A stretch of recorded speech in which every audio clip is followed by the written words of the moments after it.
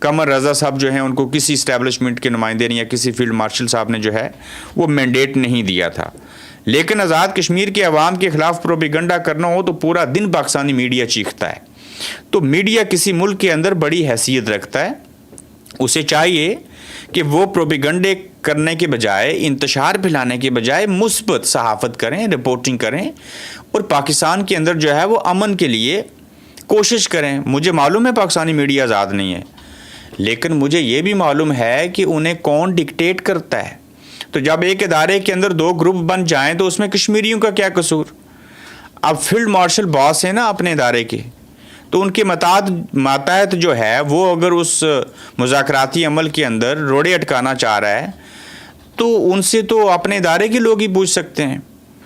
تو لہٰذا یہ ضروری ہے کہ پاکستانی میڈیا جو ہے وہ پروپیگنڈے کو بند کرے اور جو مثبت چیزیں ہیں ان کو پھیلائے. اور وہیں پہ وزیر داخلہ محسن نقوی صاحب امریکہ گئے تھے.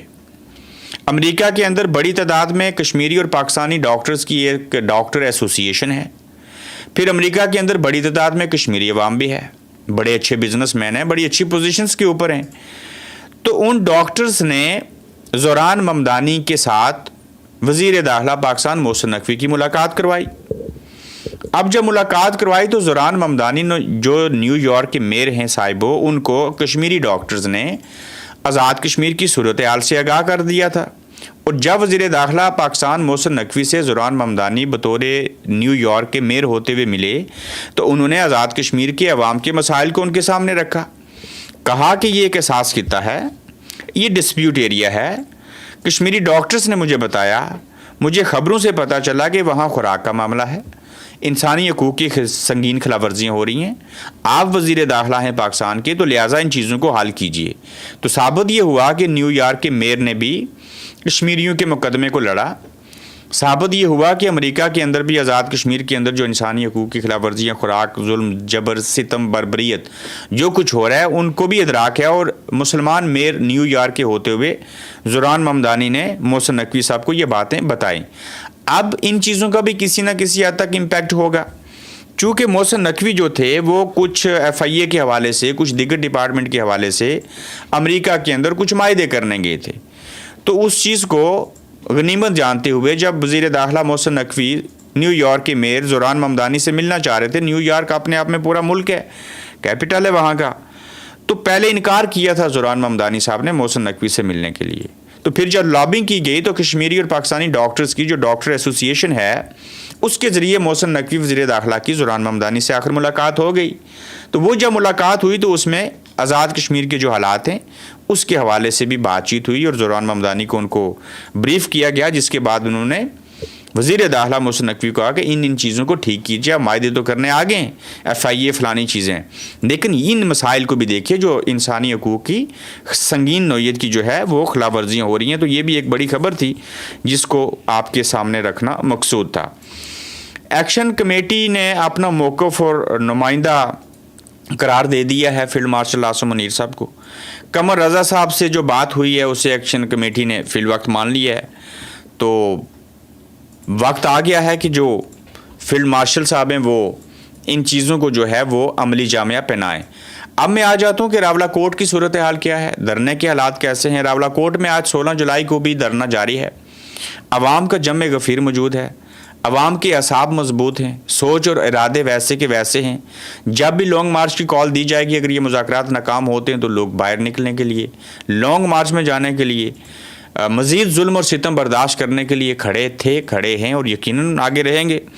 تاہم یہ مذاکرات ہو جائیں تو اچھی بات ہوگی. اور کل ایکشن کمیٹی نے لانگ مارچ کرنا تھا, یعنی کہ گزشتہ روز, ظاہر ہے کہ اس پر بات چیت ہو چکی ہے اور باوجود عوامی پریشر کے کمیٹی نے لانگ مارچ نہیں کیا. مگر آج پھر بھی عوام نے کمیٹی کی قیادت کے فیصلے کو تسلیم کیا اور بڑی تعداد میں لوگ جو ہیں وہ موجود ہیں. اب دیکھیں نا, یہ ہوئی نا بات, سوشل میڈیا کے اوپر تنقید کی گئی کہ عمر نذیر کشمیری نے کیوں کیا ایسے, یہ لولی پاپ ہے.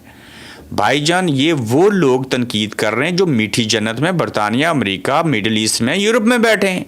بھائی جان پوچھو ان کو جا کے جو وہاں پہ بیٹھے ہوئے ہیں, مشکل میں تو وہ ہیں. آپ تو ٹیکسی بھی کرتے ہیں یا گاڑی بھی چلاتے ہیں تو AC لگا ہے اس کے اندر. آپ یہاں احتجاج بھی کرتے ہیں تو سہولیات ہیں آپ کو. وہ تو وہاں پہ گولی کھاتے ہیں نا. تنقید کرنا بڑا ضروری ہے اور نفرت پھیلانا بڑا آسان ہے. میں کتنے لوگوں کو جانتا ہوں جو رات کو 2-2 گھنٹے کی کسی کو کال کرتے ہیں کہ میرا نام اس لسٹ سے نکلوا دو. کہتے ہیں جی کہ پلیز قمر رضا صاحب کو کہیے نا, آپ کے دوست ہیں, وہ میڈیشن کروائیں. لیکن جب سوشل میڈیا کے اوپر میں ان کو بات کرتے ہوئے دیکھتا ہوں تو انہوں نے اپنے منہ کے ساتھ کتے باندھے ہوتے ہیں, معذرت کے ساتھ گالم گلوچ کر رہے ہوتے ہیں. تو دورہ معیار بائی کیوں رکھتے ہو؟ ایک بات پہ قائم رکھو نا. دیکھو, انسان کو صاحب کردار ہونا چاہیے, اسے اپنی ذات کے ساتھ کم از کم مخلص ہونا چاہیے. اور صاحب کردار ہونے کا عمل یہی ہے کہ آپ جو کچھ آف دی ریکارڈ کر رہے ہو اس کو آن دی ریکارڈ بھی بیان کرو. تو ڈبل سٹینڈرڈ تو مت رکھو نا. تو یہ تنقید نہیں کیجیے. مذاکرات اینڈ آف دی ڈے 1000 بندہ مر جائے, 100 مر جائے, 1 مرے, جنگ ہو جائے, جو مرضی ہو جائے, اینڈ آف دی ڈے تو مذاکرات ہوتے ہیں نا.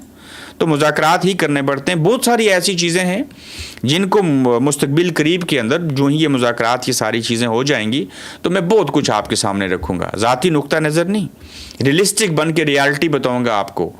کون سا انقلاب, کیسا انقلاب, کہاں سے انقلاب آئے گا, کیوں چاہیے تھا, وہ کیسے آنا چاہیے تھا, ہو جاتا تو اس کا منظرنامہ کیا ہوتا. میں کوئی تجزیہ نہیں پیش کروں گا, وہ پورے حقائق جو ہیں وہ آپ کے سامنے رکھیں گے اور ود ایویڈنس آپ کے سامنے رکھیں گے. کس نے کیا کیا, کس نے کیسے کیا. ہمیں اس وقت انسانی جانوں کو بچانا ہے. ہمیں پتہ ہے پاکستانی فورسز نے ظلم کیا ہے, ہم مزاحمت کرتے ہیں اس کے ظلم کی.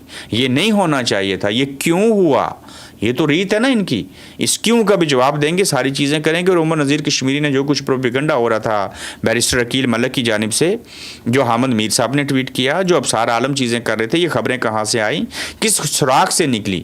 دیکھیے صاحب, میں نے 9-10 سال کام کیا سما ٹی وی کے ساتھ. وہ ادارے میں بیٹھے ہوئے لوگوں سے ہمیں پتہ چل جاتا ہے کہ یہ کس جگہ سے خبر آئی ہے یہاں پہ چلانے کے لیے ٹیکر اور ساری چیزیں. تو یہ بھی آپ کو بیان کریں گے. لیکن عمر نذیر کشمیری صاحب نے جو ہے وہ جواب دیا ہے اس پروپیگنڈے کا, اور وہ جو کچھ کہتے ہیں میں ان کا بیان جو ہے وہ آپ کے سامنے رکھتا ہوں. عمر نذیر کشمیری کے مطابق یہ عوام الناس سوشل میڈیا پر چلائے جانے والے بے بنیاد پروپیگنڈے کا شکار بالکل نہ ہوں. یہ سب وہی پیجز چینلز ہیں جو پچھلے 1 ماہ سے کشمیری عوام پر الزامات لگاتے آ رہے ہیں. ہمارا اتحاد ہی ہماری طاقت ہے. ہم نے لانگ مارچ منسوخ نہیں کیا بلکہ مذاکرات کے لیے ایک بار پھر موقع دیا ہے. ہم پرامن لوگ ہیں, ہم اپنے 38 مطالبات پر عمل درآمد چاہتے ہیں, لیکن چند لوگوں نے ہماری اس پاک جدوجہد پر جو الزامات لگائے وہ کسی صورت امن نہیں چاہتے. وہ اپنے سیاسی عزائم کے لیے خون خرابہ چاہتے ہیں, جبکہ ہم کشمیری خود کو کسی ایسی چال کا ایندھن نہیں بننے دیں گے. ہمیں اچھے کی امید رکھنی ہے اور اس کے ساتھ اپنے دھرنوں میں ثابت قدم رہنا ہے. پرامن رہ کر اپنے مطالبات پر عمل درآمد کروائیں گے. اگر مطالبات پر عمل درآمد نہ ہوا تو لانگ مارچ بغیر کسی تاخیر کے شروع کیا جائے گا. مسئلہ کیا ہے اس میں؟ لوگ بھی ہیں, میدان بھی ہے, حالات بھی ہیں, ضرورت بھی ہے, تو کریں گے. دیکھیے, اگر شوکت نواز میر رہا ہو جائیں, جو مسنگ پرسنز ہیں وہ مل جائیں, جو غلط FIR ہوئی ہیں وہ ختم ہو جائیں, قلعدم قرار دینے والا واقعہ جو فیصلہ ہے یہ واپس ہو جائے یا اس کو واچنگ لسٹ میں ڈال دیں, بعد میں ختم ہو جائے اور ہماری جائز چیزیں جو ہے وہ مان لی جائیں, تو اس میں حرجی کیا ہے؟ صاحبو, ہمارے پیارے نبی حضرت محمد صلی اللہ علیہ وآلہ وسلم نے کفار کے ساتھ بھی تو مذاکرات کیے, بات چیت کی, معاہدہ صلح حدیبیہ ہوا. یہ تو آپ اپنے نا سارے بھلے ظلم کرتے ہیں, لیکن ہم نے دروازے بند تو نہیں کرنے. سیاستدان کا کام دروازے کھولنا ہے, راستے ہموار کرنا ہے, دروازے بند نہیں کرنا. وہ کہتے ہیں نا, زبان سے نکلے ہوئے الفاظ اور کمان سے نکلا ہوا تیر واپس نہیں آتا, وہ اپنا زخم چھوڑ دیتا ہے اور وہ بڑا دیر پا رہتا ہے. تو لہٰذا یہ ضروری ہے کہ جو مذاکراتی عمل ہے اس کو میچور ہونا چاہیے. ہم نے گزشتہ روز کچھ لوگوں کو ایکسپوز کیا تھا اور آنے والے دنوں میں بھی بیان کریں گے یہ سارا کھلواڑ کیوں تھا, یہ مذاکرات نہ ہونے کا فائدہ کس کو ہے, یہ مذاکرات کون چاہتا ہے کہ نہ کامیاب نہ ہوں. اگر کامیاب ہوگے تو ان کا بڑا نقصان ہوگا. تو یہاں پہ ایک بریکنگ خبر سمجھ لیجئے کہ وزیراعظم فیصل ممتاز راٹھور کو حویلی میں بڑا سیاسی دھچکا, اور پیپلز پارٹی ضلع صدر شیخ خورشید 22 لوکل کونسلرز اور 4 ڈسٹرکٹ کونسلرز بھی پیپلز پارٹی چھوڑ کر آزاد امیدوار خواجہ طارق سعید کے ساتھ شامل ہو چکے ہیں. یہ بڑی انٹرسٹنگ صورتحال ہے. کوہٹا حویلی ضلع کی ایک ہی سیٹ ہے, وہاں سے ایک ہی حلقہ ہے.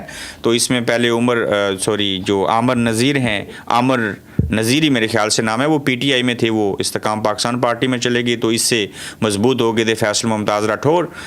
پھر وہاں پہ مسلم لیگ نون کے ہیں جن کا میں نے انٹرویو بھی کیا تھا, میں نام بھول گیا ہوں, وہ الیکشن کنٹیسٹ کر رہے ہیں نوجوان. خواجہ طارق سعید کا بھی قبیلہ ہے, اب یہ 22 کانسٹیٹوئنٹ سمیت ان کے ساتھ چلے گئے. کبھی کوئی کسی کا پلڑا بھاری ہوتا ہے تو کبھی کسی کا پلڑا جو ہے وہ کمزور پڑ جاتا ہے. بہرحال یہاں پہ اور خبریں بھی ہیں, لیکن میں آپ کو یہ خبر دے دوں نائکوب کے حوالے سے. صاحبو یہ جو نائکوب ہے یہ ہوتا ہے اوورسیز پاکستانیوں کے پاس, ٹھیک ہے, اس لیے اس کو نائکوب کہتے ہیں. ویسے تو آپ نادرا کارڈ کہتے ہیں اس کو, آئی ڈی کارڈ. تو وہ کہا گیا کہ جس کے پاس نہیں ہوگا وہ پاکستان ٹریول نہیں کر سکتا. بالکل درست ہے یہ خبر. اب میں آپ کو ایکسپلین کرتا ہوں ہوا کیا. پہلے اگر آپ کا نائکوب جو ہے ایکسپائر تھا تو آپ اس کو اپلائی کر کے, اس کا ریفرنس نمبر ہوتا ہے 16 اور 14 ڈیجٹ کا, وہ دکھا کے ایئرپورٹ کے اوپر تو آپ سفر کر سکتے تھے. ویزا نہیں لینا پڑتا تھا کہ وہ ہم نے اپلائی کیا ہوا ہے تو پاکستان جائیں گے تو وہاں سے ریسیو کر لیں گے اور واپسی بھی ہمارے ساتھ ہوگا, ٹکٹ لیا ہوا ہے تو آپ سفر کر لیتے تھے. اچھا دوسرا عمل کیا تھا کہ آپ کے پاس نہ پاکستانی پاسپورٹ ہے, نہ نائکوپ ہے, نہ ایکسپائر ہے, نہ اپلائی کیا ہے, تو آپ پھر ویزا لے کے چلے جائیں, 115-20 پاؤنڈ فیس ہے.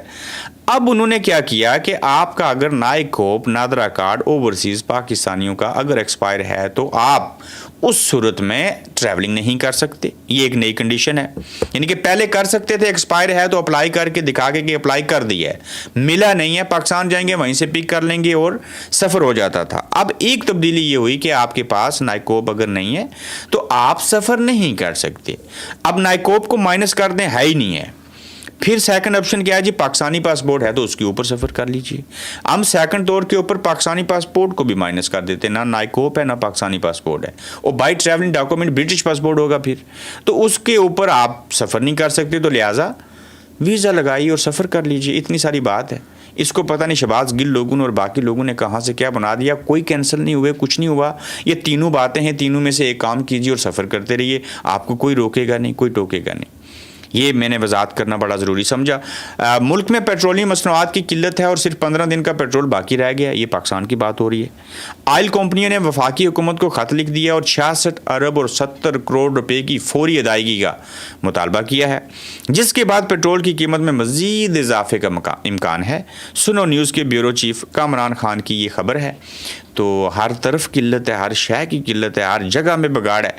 کل مسلم لیگ نون کے کچھ وزراء کی مولانا فضل الرحمان کے خلاف پریس کانفرنسیں اور بیانات دیکھ رہے تھے ہم, تو ہمیں یہ لگا کہ اکتوبر 2019 میں شہباز شریف کی طرف سے کی جانے والی ایک تقریر جو ہے وہ ہمیں یاد آ گئی.